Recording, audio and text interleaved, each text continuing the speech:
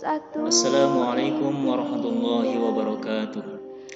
Bismillah, alhamdulillah, Allahumma sholli ala sayyidina Muhammad wa ala alihi wa sahbihi ajmain. Selamat berjumpa kembali dalam pertemuan mata pelajaran pendidikan agama Islam SMK Widyagama. Baik, pada hari ini kita akan membahas tentang kajian hadis kontrol diri.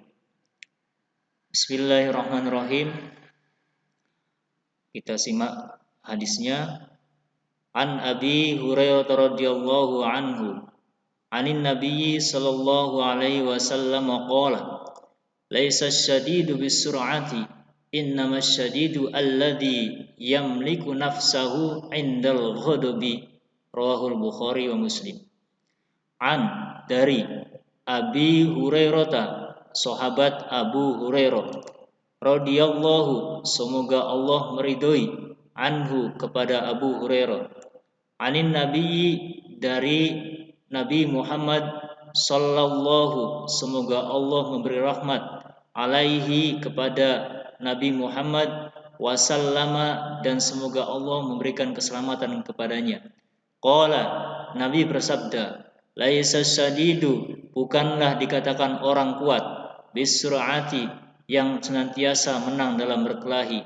Innamas syadidu, akan tetapi dikatakan orang yang paling kuat, alladzi yamliku, adalah orang yang mampu menaklukkan nafsahu, hawa nafsunya, amarahnya, indal ghadabi, di saat dia sedang marah. Rawahu, telah menceritakan hadis Al-Bukhari, Imam Bukhari, wa Muslim, dan Imam Muslim.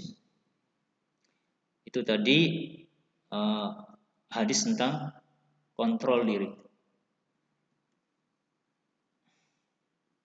Arti dari hadis ini adalah bahwasanya Abu Hurairah radhiyallahu an, Rasulullah SAW bersabda, orang yang kuat adalah bukanlah orang yang biasa menang saat bertarung atau bergulat, tetapi orang yang paling kuat adalah yang mampu mengendalikan hawa nafsunya ketika marah. Hadis riwayat Bukhari Muslim. Tingkatan hadis yang diriwayatkan oleh Bukhari dan Muslim ini tingkatan hadis yang paling tinggi, yaitu sahih. Di atas sahih ada hadis hasan, ada hadis marfu, ada hadis tingkatan-tingkatan di bawahnya masih banyak. Jadi ini hadis riwayat Bukhari Muslim, hadis yang tingkat kesahihannya sudah tidak diragukan lagi. Makna dan kandungan hadis di atas adalah menjelaskan tentang bahwasanya orang yang kuat adalah orang yang mampu menahan amarah atau melawan hawa nafsunya. Jadi orang yang kuat di sini orang yang mampu menahan ataupun melawan hawa nafsu. Karena hubungannya dengan hawa nafsu ini adalah godaan-godaan setan yang 24 jam senantiasa mengganggu kita, yang mana mengajak kita untuk melanggar daripada aturan-aturan ataupun perintah-perintah Allah Subhanahu wa taala. Kemudian yang kedua, pentingnya mawas diri atau kontrol diri ketika meniti kehidupan. Maksudnya adalah mawas diri di sini atau kontrol diri di sini, bahwasanya kita sadar hakikatnya kita hidup di dunia ini selama 60 sampai 70 tahun. Kalau kebanyakan orang, Nabi telah menyampaikan bahwasanya batasan umatku usianya kisaran 60 sampai 70 tahun. Ada juga yang di bawah 60 tahun. Maksudnya bagaimana pentingnya mawas diri atau kontrol diri, bahwasanya setiap orang di dalam hidupnya ini pasti diuji dan dicoba oleh Allah Subhanahu wa taala. Maka kontrol diri di sini dalam rangka agar ketika kita mendapatkan ujian dalam hidup ini senantiasa bertawakal kepada Allah. Kalau diuji nanti bertawakal, sabar, ketika diberi nikmat nanti orang yang senantiasa mewasir atau kontrol diri akan mengucapkan syukur kepada Allah Subhanahu wa taala. Yang ketiga, kemenangan dan keberhasilan hanya dapat diraih oleh orang-orang yang mampu mengendalikan dirinya.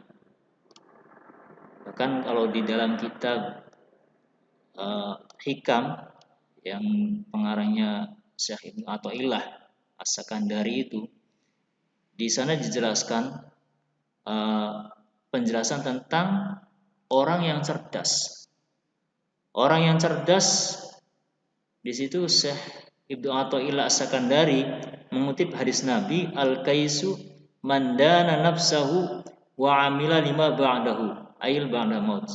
Bahwasanya disabdakan Nabi bahwasanya orang yang cerdas adalah mandana nafsahu, orang yang mampu menaklukkan hawa nafsunya, wa amila lima ba'dahu au ba'dal maut, dan orang yang senantiasa mempersiapkan segala sesuatunya ketika hidup di dunia ini untuk persiapan nanti menghadapi kematian atau setelah meninggal dunia hidup di alam barzakh.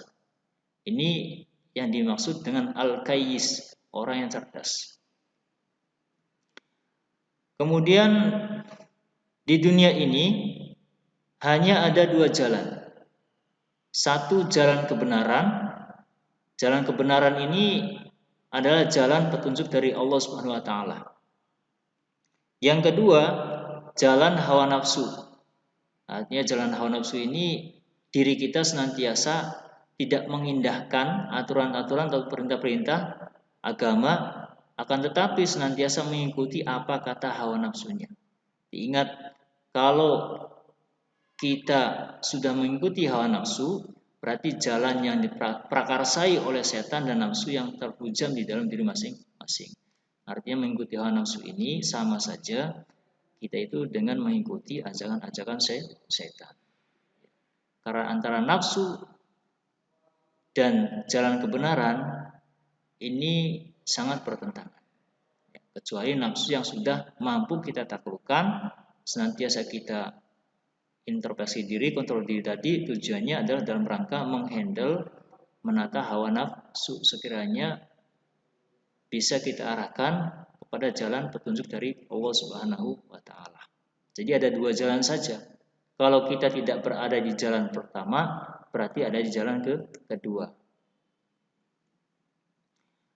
Baik, tentang masalah hawa nafsu, ini Imam Al-Ghazali radhiyallahu an menjelaskan pembagiannya. Pertama, ada nafsu keserakahan nafsu terhadap harta benda. Ini lumrah, setiap orang pasti suka akan harta benda.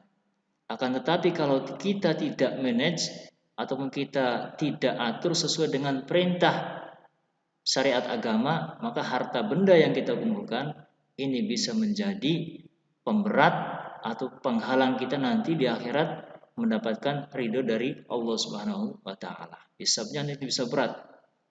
Seorang sahabat Nabi namanya Abdurrahman bin Auf. Ini sahabat yang paling kaya. Kunci gudang harta kekayaannya, kuncinya saja.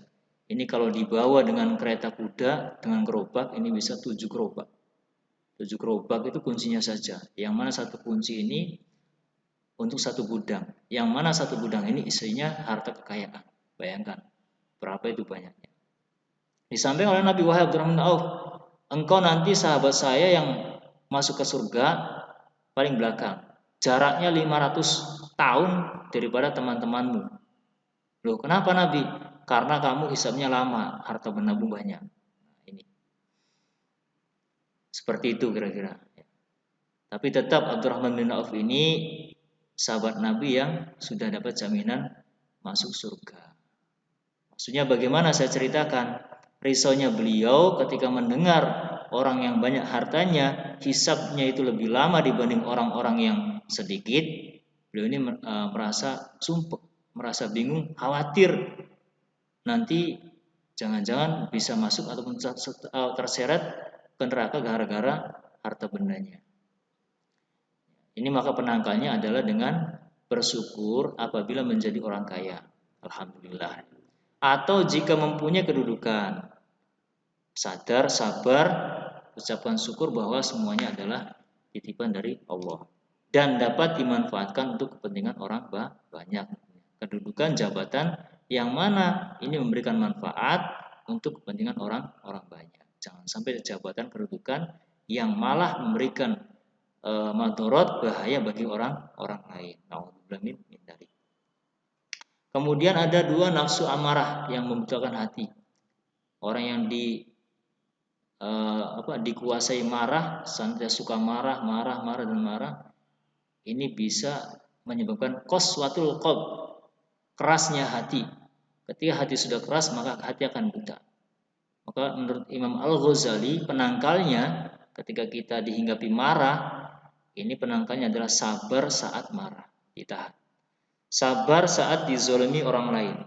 Dizolimi ini disakiti, dianiaya, ya, dikucilkan, dibully, yang mana menyebabkan perasaan kita itu tidak enak.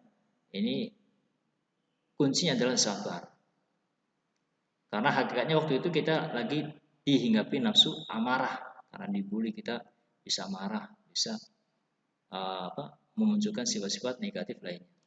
Yang ketiga, penangkalnya adalah lapang dada, legowo, ya, seperti lautan, menerima tampungan dari berbagai macam sungai yang airnya macam-macam. Ada yang ada bangkai, ada yang bau, yang gak enak dan sebagainya. Tapi ketika masuk ke lautan, airnya jadi sama semua. Ini lapang dada. Lapang dada seperti samudra. Yang keempat adalah pemaaf. Pemaaf, ya. Teman kita telah melakukan kesalahan kepada kita, ya kita maafkan saja. Ya, senantiasa jadi orang pemaaf itu menjadikan hati kita lebih luas dan lapang dada. Yang terakhir adalah murah hati. Maka kita niatkan mudah-mudahan saya semuanya bisa termasuk dalam kategori orang-orang yang mampu menaklukkan nafsu amarah. Kemudian yang ketiga adalah kesenangan duniawi yang mendorong nafsu. Ini jelas semua manusia pasti senang hidup di dunia ini, dengan keindahan, dengan harta kekayaan, dengan berbagai macam aksesoris dunia. Ini manusiawi. Tapi kita sebagai pelajar yang belajar tentang agama harus mampu memanage, artinya mengatur kesenangan dunia kita. Jangan sampai melalaikan daripada perintah-perintah wajib sebagai orang yang beragama. Gara-gara kerja 24 jam sampai melalaikan ibadah, sholat, dan lain sebagainya. Ini jangan sampai terjadi seperti itu. Ya. Karena Nabi mengajarkan ikmal di dunia ka'annaka ta'isu abada. Bekerjalah untuk duniamu. Kita diperintahkan untuk bekerja di dunia ini. Ka'annaka ta'isu abada. Seakan-akan kita ini hidup selamanya. Sehingga semangat ketika kerja. Enggak lesu saja. Dari kerja mikirkan alam kubur, akhirnya kerjanya enggak semangat. Maka perintahnya ka'annaka ta'isu abada. Saat kita bekerja, seakan-akan kita akan hidup selamanya. Wa'mal li akhiratika ka'annaka tamutu ghadan. Sebaliknya perintah Nabi, bekerjalah untuk akhiratmu, ibadah, sholat, zakat, puasa, ya, menolong orang, baca Quran. Ka'annaka tamutu ghadan. Seakan-akan kamu akan mati besok. Sehingga ketika ibadah kita khusyuk. Seakan-akan ini adalah ibadah kita yang terakhir. Jadi enggak pikiran macam-macam. Kita mah enggak, kadang sholat pikirannya keluar. Ya. Jadi ka'annaka tamutu ghadan. Ketika ibadah, bayangkan seakan-akan besok akan meninggal dunia. Sehingga kita termasuk orang yang ibadah khusyuk. Ya. Itu ya. Jadi selanjutnya adalah nafsu syahwat. Nafsu syahwat ini identik dengan hanya mencari kesenangan duniawi semata, tidak imbang. Tidak ada unsur diarahkan bagaimana manfaat yang kita kerjakan di dunia ini bisa dibawa manfaatnya sampai di akhirat. bekerja niatkan untuk ibadah kepada Allah.